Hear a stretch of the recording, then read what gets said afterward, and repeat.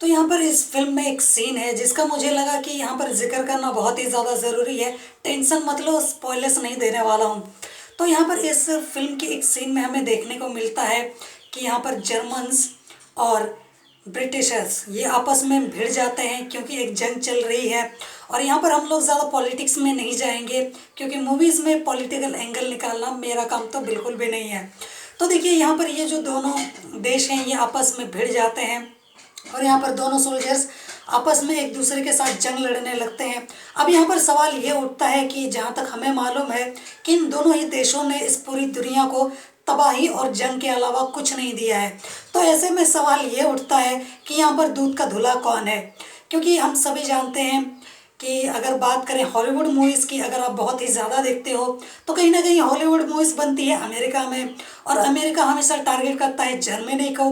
और अगर मैं यहाँ की बात करूँ तो हम सीधी सी बात है, यहाँ की फिल्में ब्रिटिशर्स को ही टारगेट करती हैं और हमें यही देखने को मिलता है क्योंकि इतिहास ही ऐसा है।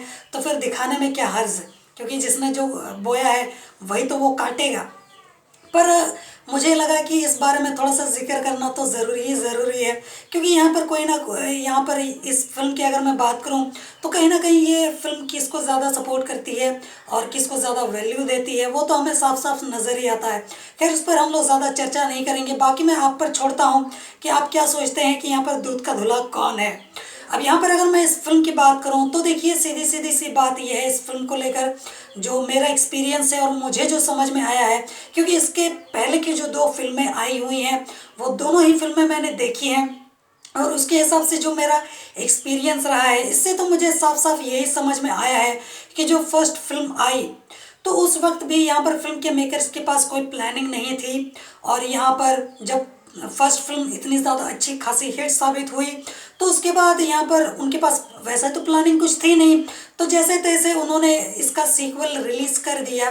और उनके पास कोई प्रॉपर स्टोरी भी नहीं थी, बस उनको एक फ़िल्म बनानी थी तो उन्होंने बना दिया। और मैंने सच अगर मैंने जो फिल्म देखी तो सच बताऊं तो फिल्म मुझे बिल्कुल भी पसंद नहीं आई थी, मतलब ठीक ठाक थी, पर देखा जाए तो उतनी कुछ खास फिल्म नहीं थी।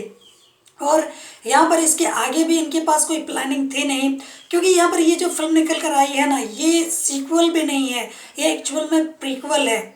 तो अब सवाल ये उठता है कि बस दो फिल्में रिलीज हुई थी और इसके बाद अचानक से प्रीक्वल की ज़रूरत यहाँ पर क्यों पड़ी। हालांकि एक्समैन की बात अलग है, सीक्वल 3 पार्ट्स निकालने के बाद उन्होंने धड़ाधड़ प्रीक्वल पे प्रीक्वल प्रीक्वल पे प्रीक्वल चल रहा है नहीं चल रहा है उससे उन्हें फ़र्क नहीं पड़ता, बस उन्हें निकालते जाना है। पर यहाँ पर अगर मैं बात करूँ तो यहाँ पर और भी हमें काफ़ी सारे पार्ट्स देखने को मिल सकते थे और काफ़ी अच्छी अच्छी स्टोरीज पर फिल्में हमें देखने को मिल सकती थी। पर यहाँ पर ऐसी क्या जल्दबाजी हो गई कि इनको प्रीक्वल बनाना पड़ गया।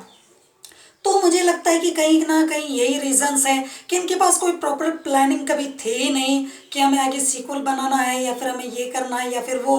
तो उनको कुछ आइडिया ही नहीं सूझा, तो उनको बस एक ही बात यहाँ पर समझ में आई कि चलो भाई कि अगर हमारे पास कुछ मिला नहीं मिला चलो हम लोग प्रीक्वल ही बना देते हैं, कम से कम वो तो हम अच्छा कर सकते हैं। जो कि डेफिनेटली मैं इसको एक गुड आइडिया बोलूँगा, क्योंकि कहीं ना कहीं ये जो फिल्म निकल कर आई है मुझे बहुत ही ज़्यादा पसंद आई, मुझे काफ़ी ज़्यादा अच्छी लगी। और देखा जाए तो सेकंड पार्ट ने जितना ज़्यादा मुझे डिसअपॉइंट किया था उससे तो ये फिल्म लाख गुना ज़्यादा मुझे बेहतर लगी है। तो उस वजह से मैं कहूँगा कि ये एक अच्छा स्टेप है। पर कहीं ना कहीं एक जल्दबाजी थी, अगर एक दो पार्ट्स और बना देते उसके बाद अगर ये प्रीक्वल बनाते तो काफ़ी ज़्यादा यहाँ पर बढ़िया रहता और एक लय बना हुआ होता। खैर अब लय तो अभी भी बना हुआ है, पर कहीं ना कहीं मुझे लगता है कि ये एक जल्दबाजी ही है।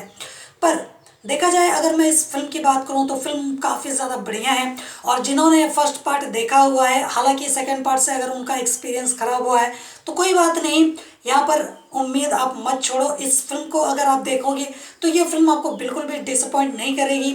आपने जिस तरीके का एक्सपेक्टेशंस रखा था और यहाँ पर फिल्म की स्टोरी जिस तरीके से लिखी गई है और जिस तरीके से फिल्म को रिप्रेजेंट किया गया है तो ये मुझे यहाँ पर बहुत ही ज़्यादा पसंद आया है। और यहाँ पर स्टोरी को जिस टाइप से कंटिन्यू किया गया है वो काफ़ी ज़्यादा तगड़ा है।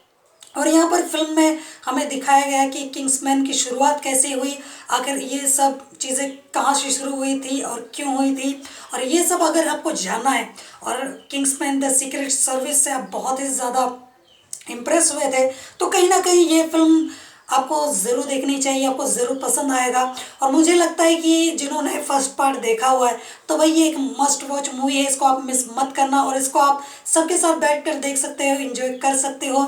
और उसी वजह से मुझे लगता है कि ये फिल्म एक तगड़ी एंटरटेनिंग मूवी है। यहाँ पर जो जासूसी वाला पार्ट है इसमें उतना इसको दिखाया तो नहीं गया है। अगर आप बहुत कुछ एक्सपेक्ट कर रहे हैं तो वैसा तो यहाँ पर आपको देखने को नहीं मिलेगा, क्योंकि ये एक तरीके से बिगनिंग है। यानी कि इस प्रीक्वल में हमको पूरा इनिशियल स्टेज से दिखाया गया है कि आखिर किंग्समैन की शुरुआत कैसे हुई थी। तो उस वजह से आप उस टाइप का तो उम्मीद नहीं कर सकते।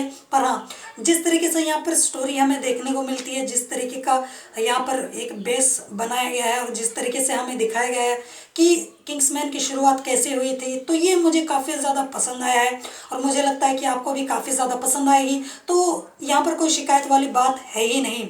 और फिल्म हिंदी में भी अवेलेबल है, तो फिर देर किस बात की, जाइए और जाकर इस फिल्म को एंजॉय कीजिए। और मुझे लगता है कि आप इस फिल्म को एंजॉय ज़रूर ही करेंगे।